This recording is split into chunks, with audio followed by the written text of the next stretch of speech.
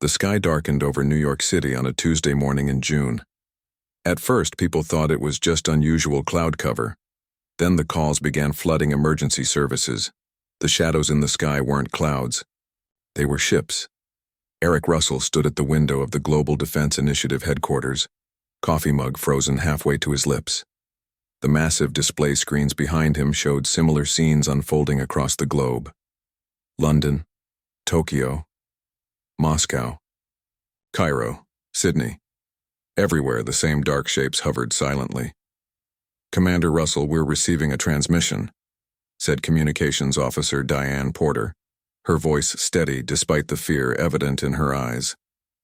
Eric set down his coffee and straightened his uniform. "Put it on screen."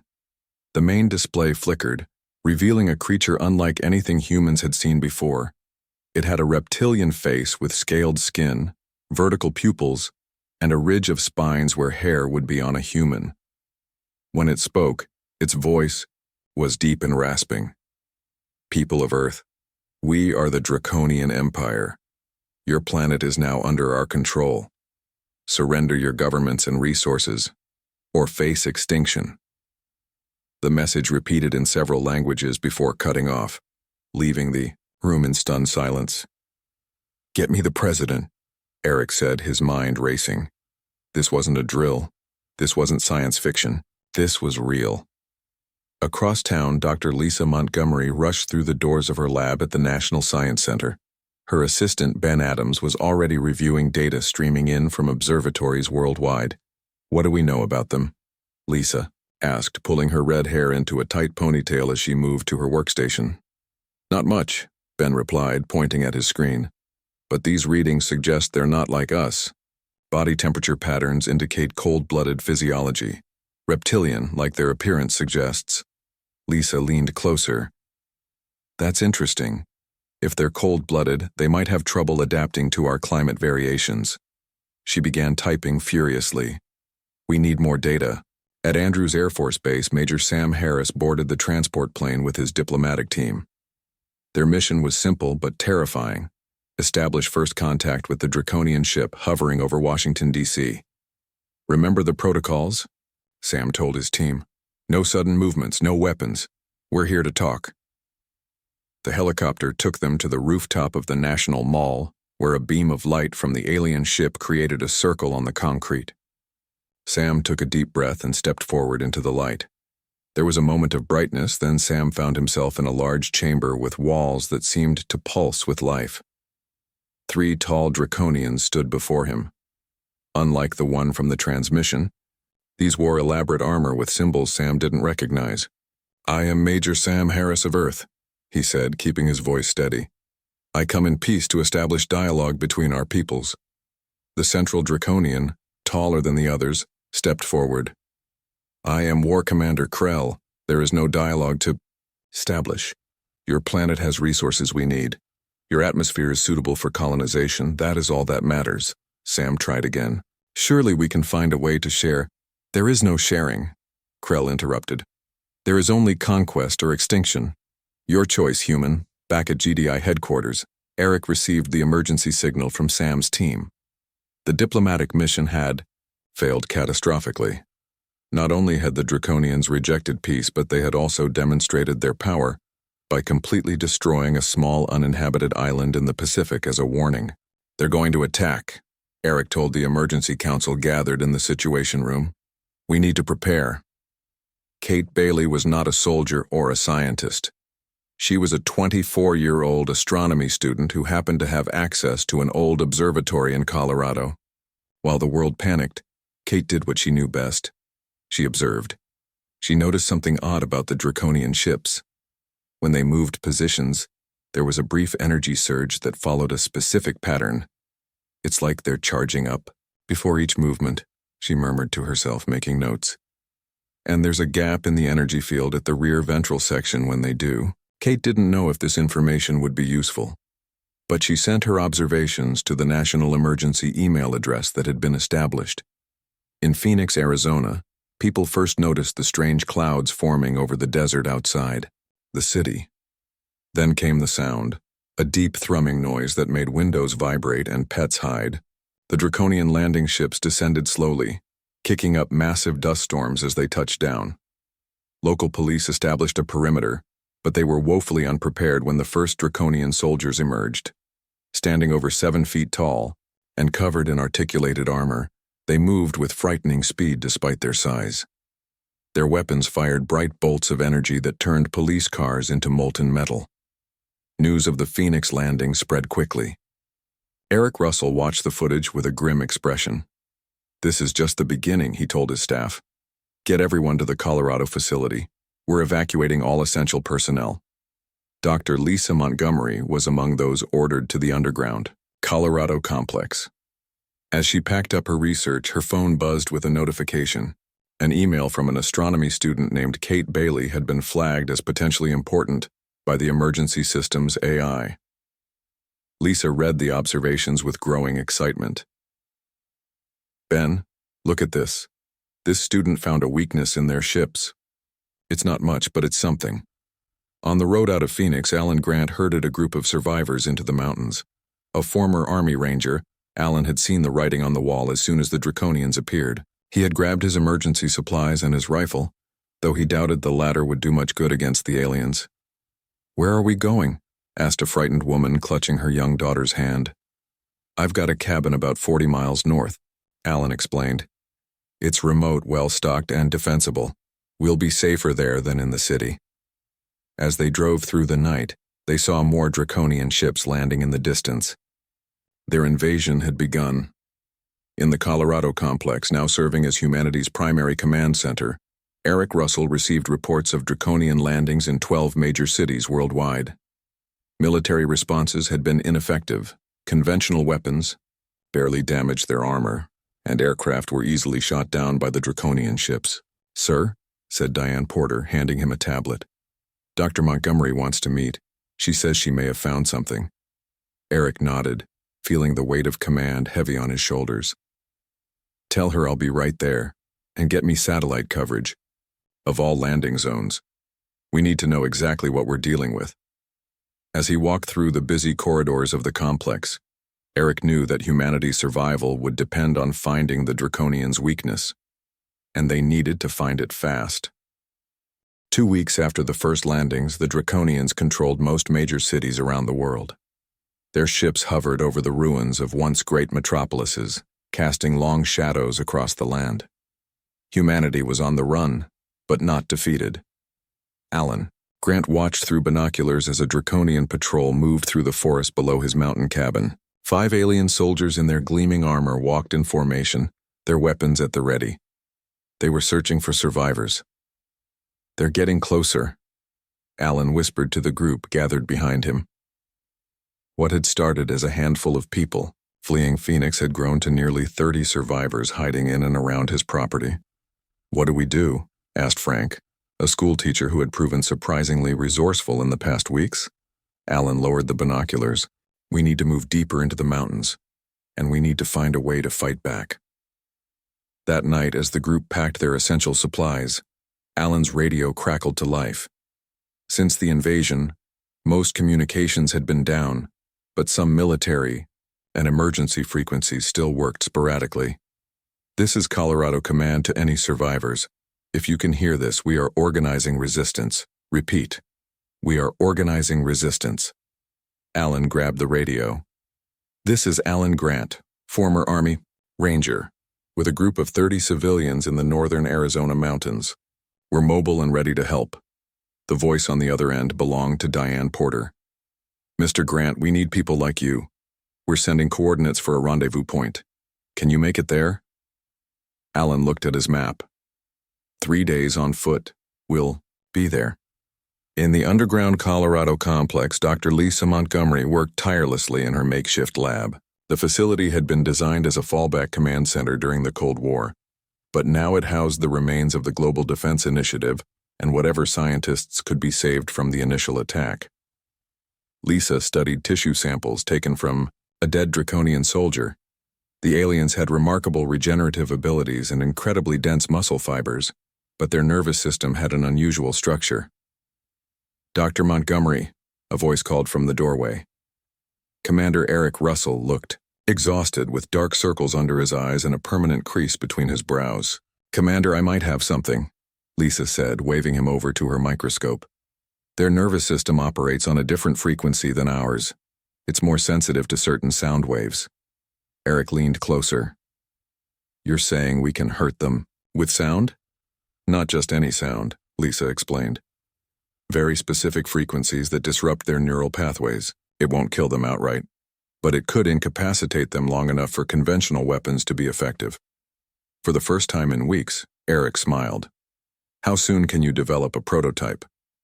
"Give me 3 days," Lisa replied. Meanwhile, in what remained of San Diego, pilot Heather Brooks crouched in the ruins of a naval base. She had been testing a modified F-35 fighter jet when the invasion began. Instead of returning to base, she had gone into hiding, using her plane as a mobile reconnaissance platform. Today, she was tracking the movement patterns of a smaller Draconian scout ship. She had noticed something interesting about their flight behavior. "They always follow the same patrol route," she muttered to herself, making notes in her journal. "And they never look up at a specific angle during the turn." Heather had been a flight instructor before the invasion. She knew about blind spots in aircraft. The Draconians, for all their advanced technology, seemed to have the same problem. She slipped back to her hidden jet and prepared for a test flight. If she was right about the blind spot, she might be able to get close enough to one of their ships to gather valuable intelligence. As night fell, Heather took off from the abandoned highway she'd been using as a runway. Her jet, painted matte, black to avoid detection, rose silently into the darkness. She approached the Draconian patrol route from above and behind, exactly where she believed their sensors couldn't detect her. Her heart pounded as she closed the distance. The alien ship, sleek and reptilian in design, continued on its path, oblivious to her presence. She got close enough to take detailed scans before banking away and disappearing into the clouds. "Colorado Command, this is Whiskey Tango," she radioed once she was safely away. "I have confirmation of sensor blind spots in Draconian patrol craft. Sending data now." Across the continent, a daring raid was underway. A special forces team led by Captain John Miller had managed to capture a lone Draconian soldier separated from its unit. They transported their prisoner to a secure location in the Appalachian Mountains. The alien was different up close. Without its armor, the Draconian looked both reptilian and oddly humanoid. Its scaled skin was a mottled green-brown, and its eyes were large with vertical pupils that dilated in the dim light of the bunker. "I am Captain John Miller," John said, standing before the restrained alien. "Can you understand me?" the Draconian hissed, its tongue flicking out briefly. "I understand your primitive language, human." "What is your name and rank?" John asked. "I am Scout Leader Vex," the alien replied, "and you will all die when my unit finds me missing." John pulled up a chair. "Maybe, but until then, you and I are going to have a conversation about your fleet's weaknesses." Vex laughed, a strange rattling sound. "We have no weaknesses." "Everyone has weaknesses," John replied calmly. "Even you." Back at the Colorado complex, Eric Russell received reports from both Heather Brooks and John Miller's team. Combined with Lisa's research on Draconian biology, a picture was beginning to form. "They're not invincible," Eric told his senior staff. "They have blind spots in their sensors. Their nervous systems are vulnerable to specific sound frequencies. And according to Captain Miller's prisoner, they're having trouble adapting to Earth's varied climates." "So what's the plan?" asked one of the officers. Eric pointed to the map showing known Draconian positions. "We start small. Test Dr. Montgomery's sonic weapon against a patrol. If it works, we scale up. And we use Heather's information about their blind spots to start gathering more intelligence." 3 days later, Alan Grant and his group reached the rendezvous point, a hidden valley in the Rockies. They were met by GDI soldiers who escorted them to a concealed base built into the mountainside. Inside, Alan was brought to the command center where Eric Russell waited. "Mr. Grant," Eric said, extending his hand, "I hear you've been keeping quite a few people alive out there." Alan shook the offered hand. "Just doing what needs to be done, Commander. Now, I hear you might have a way to fight these lizards?" "Eric, nodded and led Alan to Lisa's lab, where she was putting the finishing touches on a device that looked like a modified directional speaker. "Mr. Grant," Lisa said, looking up from her work, "how would you like to test this against a Draconian?" "Patrol?" Alan looked at the device, then back at Eric and Lisa. A slow smile spread across his face. "Just tell me when and where." For the first time since the invasion began, humanity had hope. It wasn't much: a sonic weapon untested in field conditions, intelligence about blind spots that might be fixed, and information from a prisoner who might be lying. But it was more than they had yesterday, and tomorrow they would make the Draconians bleed. Dawn broke over the Rocky Mountains, painting the snow-capped peaks in golden light. In a narrow valley, Alan Grant and his team moved silently through the trees. Each person carried a backpack containing one of Dr. Montgomery's sonic devices. "Remember," Alan whispered to the group, "these are prototypes. We get close, turn them on, and see if they work. If they don't, we run. No heroes today." According to intelligence from Heather Brooks's reconnaissance flights, a Draconian patrol routinely passed through this area every morning. It was a perfect opportunity to test the new weapons. Frank, the school teacher, checked his watch. "They should be here in 5 minutes." Alan nodded and signaled for everyone to take positions. The plan was simple: surround the patrol route and activate all the sonic devices at once. If Dr. Montgomery's research was correct, the sound would disrupt the Draconians' nervous systems long enough for Alan's team to observe the effects. They didn't have to wait long. The familiar sound of Draconian armor, a soft clicking of scaled plates, approached from the east. 5 alien soldiers appeared, moving in their usual formation through the trees. Alan waited until they were in the center of the ambush before giving the signal. Everyone activated their devices at once. The effect was immediate and shocking. The Draconians froze, then began to writhe in apparent agony. Their weapons fell from their hands as they clutched at their helmets. 2 dropped to their knees, while another fell completely, twitching on the ground. "It works," Frank whispered, his eyes wide. Alan was already moving. "Weapons," he ordered, and his team raced forward to gather the dropped Draconian guns before the aliens could recover. They retreated quickly, leaving the disoriented Draconians behind. Back at the Colorado complex, Dr. Lisa Montgomery received Alan's report with excitement. "The sonic weapons work," she told Commander Eric Russell. "Even better than expected." Alan's team said the effects lasted nearly 2 minutes. Eric studied the video footage Alan had captured. 2 minutes is enough time to make a difference in combat. Can we mass-produce these? "The design is simple," Lisa replied. "We could distribute the specs to resistance cells worldwide. The components are common enough." Eric nodded. "Do it. And tell Alan I want him back here. We're going to start planning something bigger." While humanity found its first effective weapon against the invaders, the Draconians were not idle. In their main base near what used to be Chicago, War Commander Krell received reports of the sonic attack. "Primitive sound weapons," he hissed to his officers. "Adapt your armor filtration systems. This will not happen again." But Krell was concerned. The humans were proving more resourceful than anticipated. Their scattered resistance was growing more coordinated. It was time to escalate. "Prepare the crop blight," he ordered. "If they will not surrender, they will starve." In the Appalachian bunker, Captain John Miller continued his interrogation of Scout Leader Vex. Over the past weeks, the Draconian had revealed valuable information about fleet operations and command structure. "Your sonic attack was clever," Vex said, sounding almost impressed, "but Krell will adapt quickly." John leaned forward. "Tell me about your communication systems. How do your ships coordinate?" Vex's vertical pupils narrowed. "Why would I tell you that?" "Because I think you're starting to see that this invasion was a mistake," John replied. "I think you're smart enough to know that your empire underestimated us." The Draconian was silent for a long moment.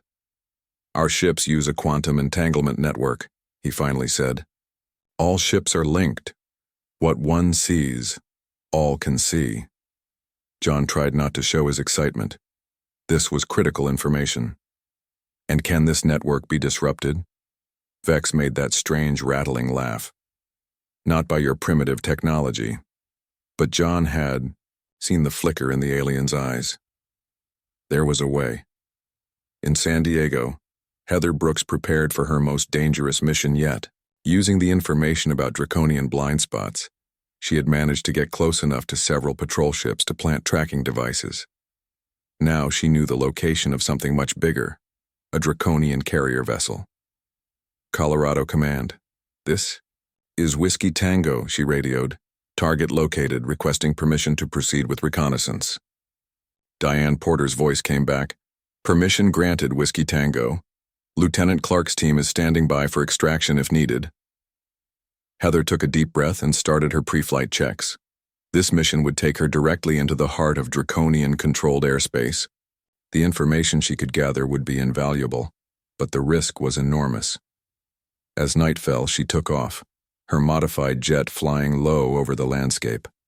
The Draconian carrier loomed ahead, a massive ship hovering over the remains of Los Angeles. Using the blind spot approach she had perfected, Heather managed to get close enough to scan the vessel's external structure. "That's odd," she murmured, noticing a large section near the bottom of the ship that her instruments couldn't penetrate. That must be important. Suddenly, alarms blared in her cockpit. She had been detected.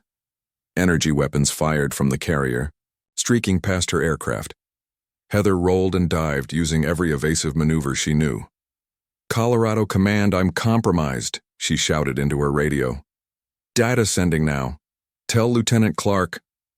A blast caught the edge of her wing, sending her into a spin. Fighting for control, Heather aimed her damaged jet away from the city and toward the extraction point where Lieutenant Olivia Clark and her special operations team waited. She ejected just before her jet crashed into the hills outside the city. Her parachute deployed and she landed roughly on a hillside. Within minutes, Lieutenant Clark's team found her.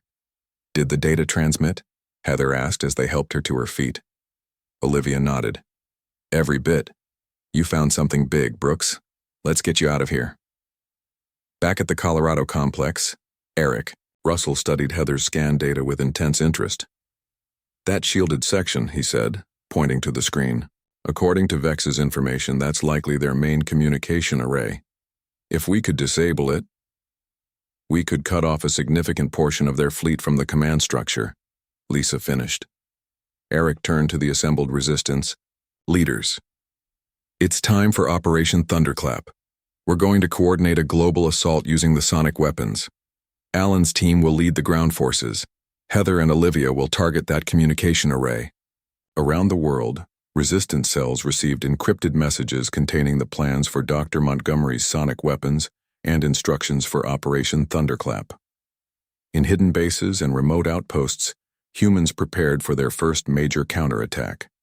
At the same time, Draconian ships released clouds of engineered microbes over Earth's major agricultural regions. Within days, vast fields of crops began to wither and die. It was a race against time. Could humanity strike effectively before starvation weakened their resistance? The answer would determine the fate of the planet.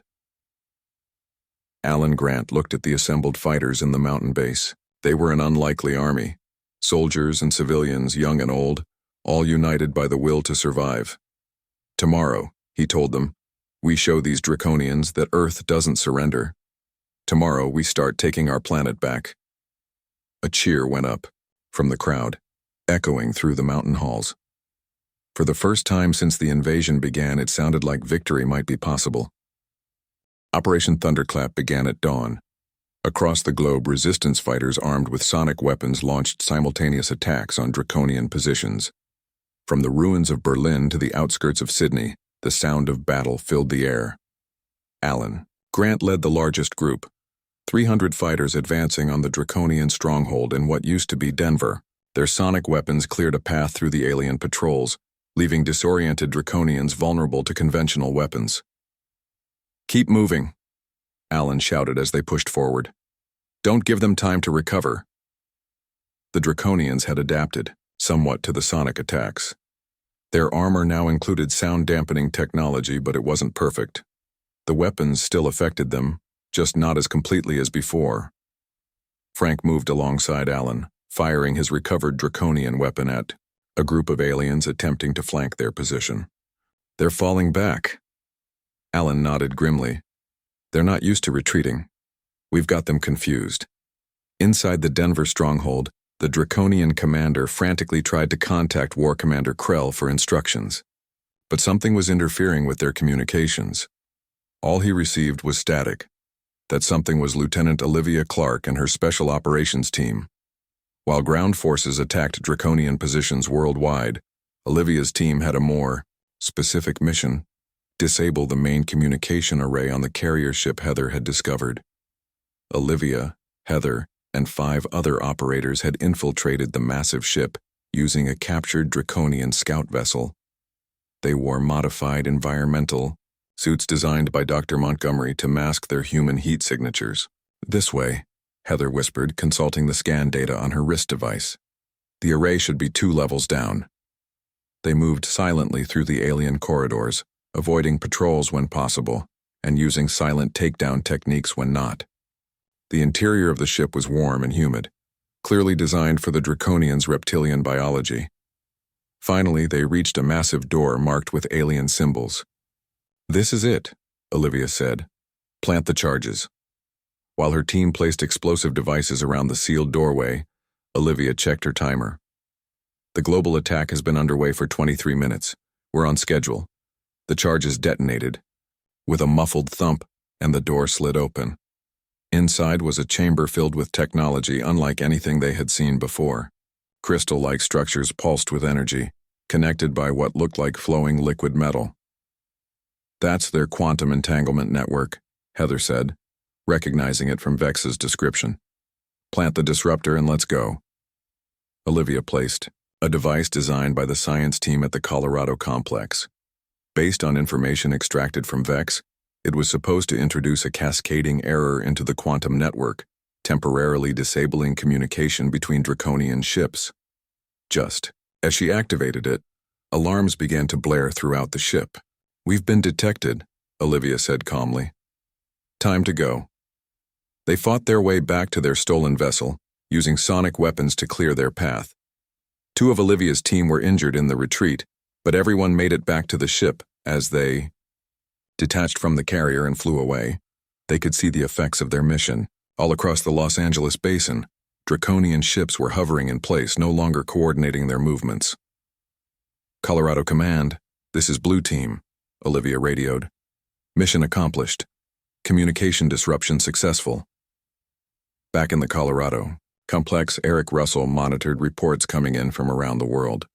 The disruption of the Draconian communication network had created exactly the advantage they needed. Without centralized command, the alien forces were falling into disarray. "Commander," Diane Porter said, rushing into the command center.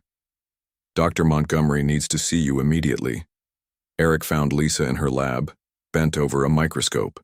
She looked up as he entered, her face showing a mix of excitement and worry. "I've been studying tissue samples from the Draconians," she said without preamble. "And I think I've found something even more significant than the sonic vulnerability." She motioned for Eric to look through the microscope. "Their cellular structure is highly susceptible to a specific type of microorganism native to Earth. It's similar to how certain fungi affect insects in our ecosystem." Eric looked up from the microscope. "You're saying we could create a biological weapon against them?" Lisa nodded slowly. "I could engineer a pathogen that would only affect Draconian biology. It wouldn't harm humans or any Earth life forms." "How quickly could it spread?" Eric asked. "That's the concerning part," Lisa replied. "It would be incredibly contagious among their kind. Airborne with an incubation period of just hours. If we deploy this, we'd be looking at a near total infection of their forces within days." Eric was quiet for a long moment. Using biological weapons, even against invaders, crossed a line that humanity had long agreed not to cross. But these were desperate times. "Develop it," he finally said. "But we'll only use it if absolutely necessary." Meanwhile, in New York City, Alan Grant had received new orders. After the success in Denver, his team was directed to the ruins of Manhattan, where intelligence suggested the Draconians had established their main terrestrial communication relay. If we can take that out, Alan told his fighters as they approached the city by boat, we'll cut off their ground forces from the orbital fleet. They landed in what used to be Battery Park and moved through the empty streets. New York was a ghost town, its famous skyline now dominated by a draconian structure that rose from where the Empire State Building once stood. There it is, Alan said, pointing to the alien tower. That's our target. The assault was fierce. Even with their communications disrupted, the Draconians fought savagely to protect the relay. Alan's team used their sonic weapons to create openings, then pushed forward with conventional weapons and recovered Draconian technology. Frank took a hit from an energy weapon and went down. Alan dragged him to cover behind a destroyed bus. Hang in there, he told his friend. We're almost through.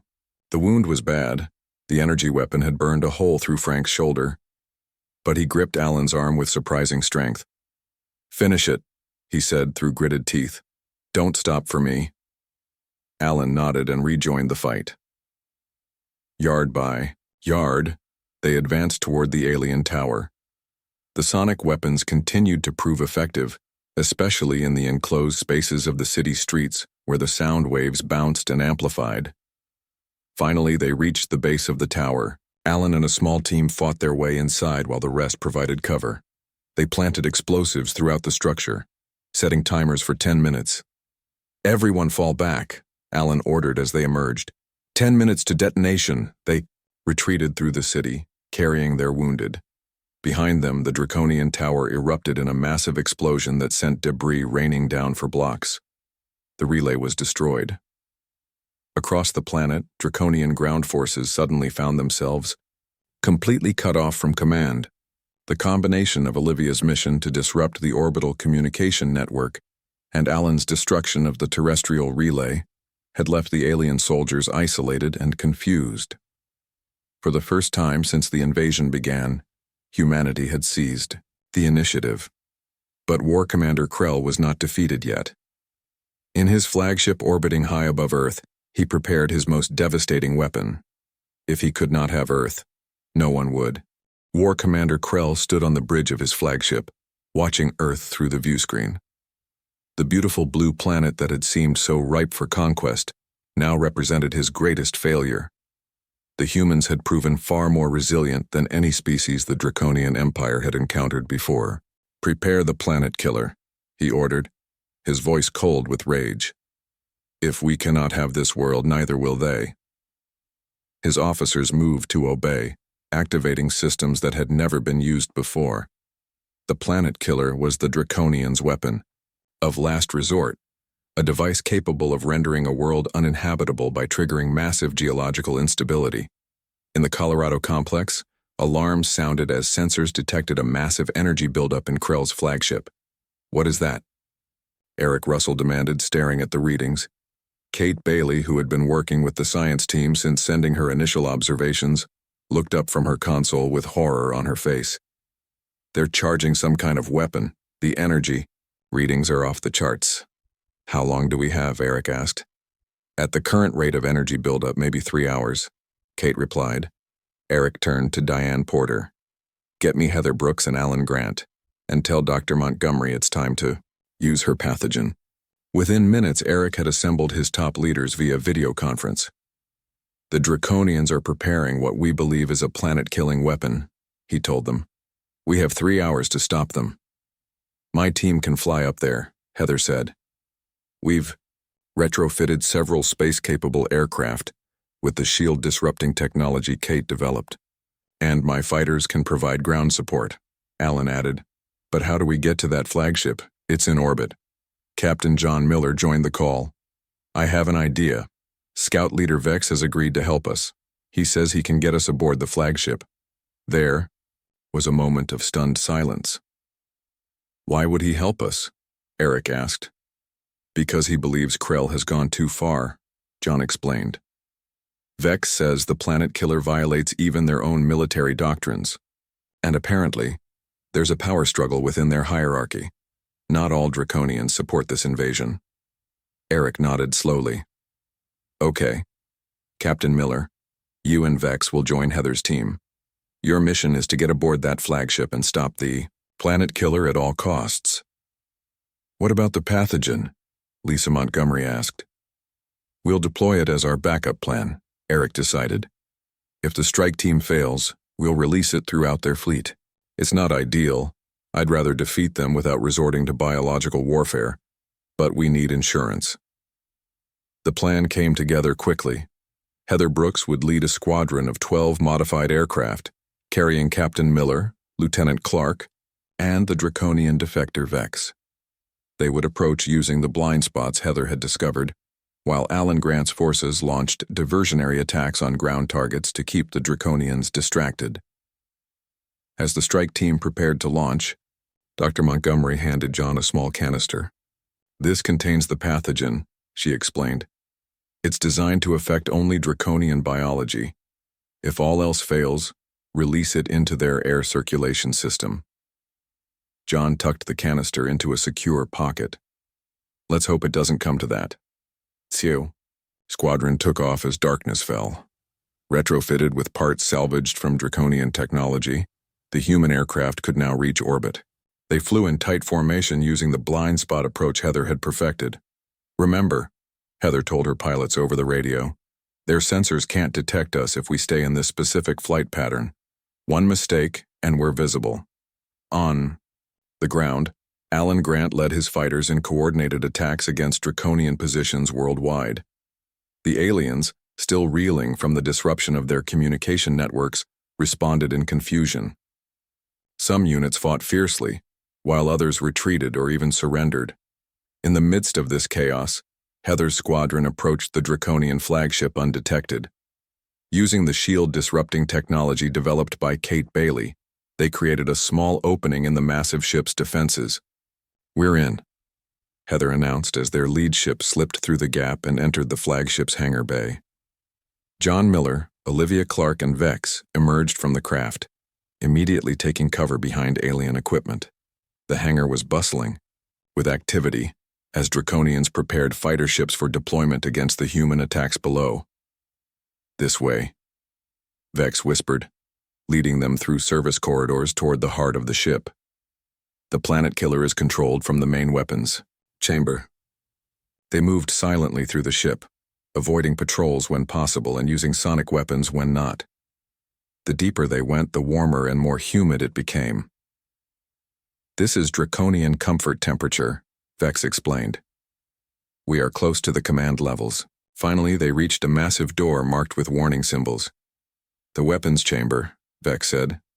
Krell will be inside, overseeing the planet killer personally. Before they could plan their entry, alarms blared throughout the ship. We've been detected, Olivia said, readying her weapon. No, Vex corrected, listening to the Draconian announcements. It's your attack squadron. They've been spotted. Outside the flagship, Heather and her pilots engaged in a desperate battle against Draconian fighters. Their modified aircraft were holding their own, but they were outnumbered. We'll hold them off as long as we can, Heather radioed to John. Just complete the mission. Inside, John made a quick decision. We go in now. They planted breaching charges on the door and took cover. The explosion ripped the door open and they rushed inside. The weapons chamber was enormous, dominated by a glowing device in the center. War Commander Krell stood before it, surrounded by officers. Traitor, Krell hissed when he saw Vex. You side with the humans? You violate our own laws, Vex replied. The planet killer is forbidden except against extinction-level threats. These humans are not that. They resist us, Krell snarled. That makes them a threat to be eliminated. John and Olivia used the distraction to move to better positions. The planet killer was nearly charged, its energy signature reaching critical levels. Surrender, Krell, John called out. This invasion is over. Krell laughed, a chilling sound. You think you've won? Even now, our empire prepares a second invasion fleet. When they arrive, they will find your world in ashes.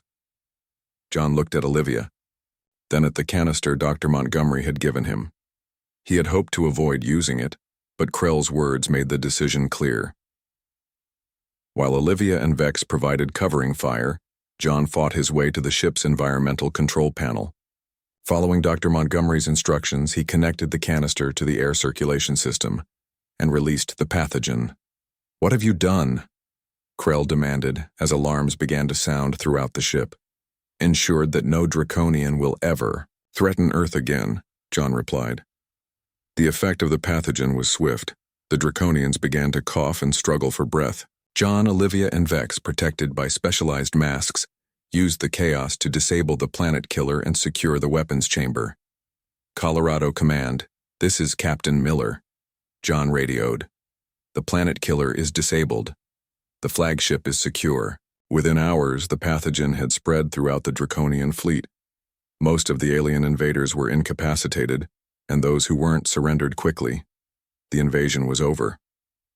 1 month later, Eric Russell stood in what remained of the United Nations building in New York. Representatives from around the world had gathered to decide the fate of the surviving Draconians. "We won't execute them," Eric announced, "but neither will they return home. Every Draconian ship has been disabled and every warrior disarmed. They will remain on Earth as our prisoners."